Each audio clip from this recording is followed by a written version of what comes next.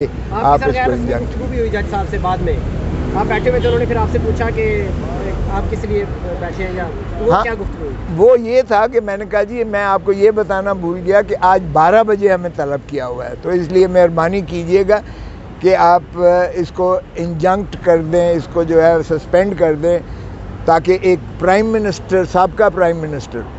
یہ عمران خان کی بات نہیں ہے، کل کو شہباز شریف اسی طرح پیشیاں بھگتے گا اور جو آنے والا پرائم منسٹر ہوگا اسی طرح پھر یہی ہوگا اس کے ساتھ. تو یہ بات ہے 25 کروڑ عوام کے ایک چیف ایگزیکٹو کی بات ہے. تو اس لیے میں نے کہا کہ مہربانی کیجئے گا اسے یہ ایک اس کو پریسیڈنٹ نہ بنانے دیں، اور 25 کروڑ عوام کی جو ہے وہ ایک پولیس آفیسر کے ہاتھ میں وہ مت دیں کہ وہ ذلیل و خوار ہوتا رہے اور وہ باز پرس اس کو کرتے رہیں ان معاملات میں جو معاملات متنازع ہیں ہی نہیں، کیونکہ سائفر متنازع نہیں ہے.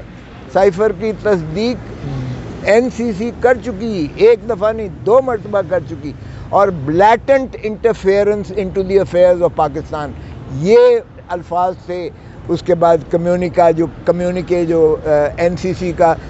شہباز شریف کی موجودگی میں بھی کیا گیا، جس میں خواجہ آصف تھے اور سارے عسکری قیادت تھی، اور پچھلے سابقہ وزیر اعظم میں بھی اسی کی 2 مرتبہ تصدیق ہوئی. تو پھر کس چیز کی انکوائری ہو رہی ہے بھائی؟ تو اس لیے میں نے یہ کہا، اور بعد میں جو آپ فرما رہے ہیں میں نے صرف یہ یاد دہانی کروائی کیونکہ حکم کے لیے انہوں نے رکھا ہے، آرڈرز کے لیے. تو میں نے کہا جی 12 بجے سے پہلے کیجئے گا مہربانی کر. رول پہ جی سر شروع کیے گا. سر آج کے کیسز کے حوالے سے تھوڑا سا بتائیے گا، کون کون سے کیسز تھے اور کیا ریلیز ہو رہا ہے؟ یہ ریاستی آداب کا ملحوظ رکھنا ہوتا ہے. اب ایک وزیر اعظم اگر اپنے پرنسپل سیکرٹری سے کوئی بات کرتا ہے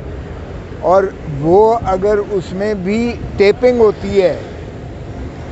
اور اگر وزیر اعظم کا فون محفوظ نہیں ہے، تو پھر مجھے بتائیں کہ ریاست کیا ریاست رہ جاتی ہے؟ بنانا ریپبلک بن گئی یا ریاست ہوئی؟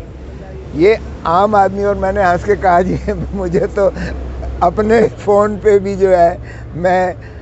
آزادانہ طور پر بات نہیں کر سکتا کیونکہ ٹیپنگ ہوتی ہے فون کی. یہ نہ صرف آئینی جو ہے استحقاق کو مجروح کرتی ہے، جس میں پرائیویسی ہر پاکستانی شہری کا حق ہے، اور اس پرائیویسی کو بریچ کرنا جو ہے یہ آئین اور قانون کے متصادم ہے، منافی ہے. اس لیے کسی کی بھی پرائیویسی ہو،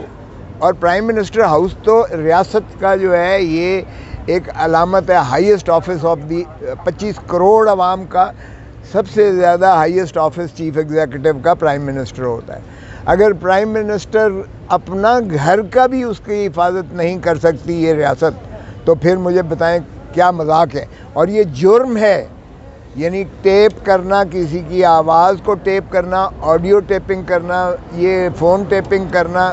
اور یہ سرویلنس کرنا، یہ غیر آئینی ہی نہیں ہے، یہ ایک جرم ہے. اور اس جرم کی پاداش میں الٹا اس مجرم کو پکڑو جس نے ٹیپنگ کی ہے، اور جس نے یہ جو ہے آڈیو ویڈیو وہ کیے ہیں، آوازیں بنائی ہیں، جس نے یا ان کو جوڑا ہے اور ڈاکٹریٹ کر کے جو ہے اس کی مشتہری منادی کی ہے، ان کو پکڑنے کی بجائے آپ الٹا اس کو پکڑ دیتے ہو. تو یہی میں نے عرض کیا کہ جناب یہ جو کہتے ہیں سائفر کی بات ہے، یہ ایک امر ہے، حقیقت ہے. کیونکہ نہ صرف عمران خان کی وزارت کے دوران میں این سی سی، نیشنل سیکیورٹی کونسل، جو کابینہ کی سب سے مضبوط ترین کمیٹی ہوتی ہے، جس میں وزیر اعظم اس کی سربراہی کرتا ہے، وزیر دفاع ہوتا ہے، اس میں جو ہے سارے آرمڈ فورسز کے سربراہان ہوتے ہیں. تو وہ ایک قسم کی ریاست کی اعلیٰ ترین جو ہے کمیٹی، اس نے پہلے عمران خان کی سربراہی میں اس چیز کی تصدیق کی کہ جو ڈونلڈ ٹرو ہے، جو ڈونلڈ لو نے، جو عبد المجید امبیسڈر پاکستانی امریکہ میں تھا، جو اس نے اس کو جو فرمودات کی ہیں، اور جو سائفر یا جو لیٹر جو ہے عبد المجید امبیسڈر نے بھیجا تھا، وہ انہوں نے اس کی شدید مذمت کی کہ یہ پاکستان کے اندرونی معاملات میں یہ مداخلت کرنے کے مترادف ہے، اور انہوں نے کہا کہ اس کی جو ہے ایک امریکہ کے ساتھ شدت سے مذمت کی جائے، اور ڈماش ایک لکھا گیا ان کی وقت میں۔ پھر اس حکومت پاکستان کے جب محترم عمران خان صاحب کی حکومت چلی گئی اور شہباز شریف صاحب کی حکومت آ گئی، تو شہباز شریف صاحب کی سربراہی میں پھر دوبارہ نیشنل سیکیورٹی کونسل کی میٹنگ ہوئی، جس میں وزیر دفاع خواجہ آصف کے علاوہ تمام سربراہان عسکری قیادت موجود تھیں۔ انہوں نے پھر اس کا اعادہ کیا کہ یہ واقعی ہی یہ جو ہے سائفر لکھا گیا تھا امریکہ کی جانب سے، اور انہوں نے کہا کہ یہ شدید قسم کی پاکستان کے اندرونی معاملات میں مداخلت کے مترادف ہے۔ تو اس لیے اس کا اعادہ دوبارہ سائفر کا کیا، اور وزیر اعظم شہباز شریف نے نیشنل اسمبلی میں تقریر کرتے ہوئے کہا کہ یہ جو سائفر ہے یہ اس کی تصدیق ہے، یہ مداخلت ہے پاکستان کے معاملے میں، ہم نے ڈماش کر دیا ہے، لیکن یہ سازش نہیں تھی۔ تو میں نے کہا کہ یہ ٹھیک ہے، یہ ایک سیاسی بیانیہ تھا جو محترم عمران خان صاحب کا تھا، اس سے دوسرے فریق نے اس سے ظاہر ہے کہ اس کی مخاصمت کی، اس کی ضد میں بات کی، یہ ان کا سیاسی مسئلہ ہے کہ کیا وہ مداخلت تھی۔ مداخلت کو تو تصدیق شدہ بات ہے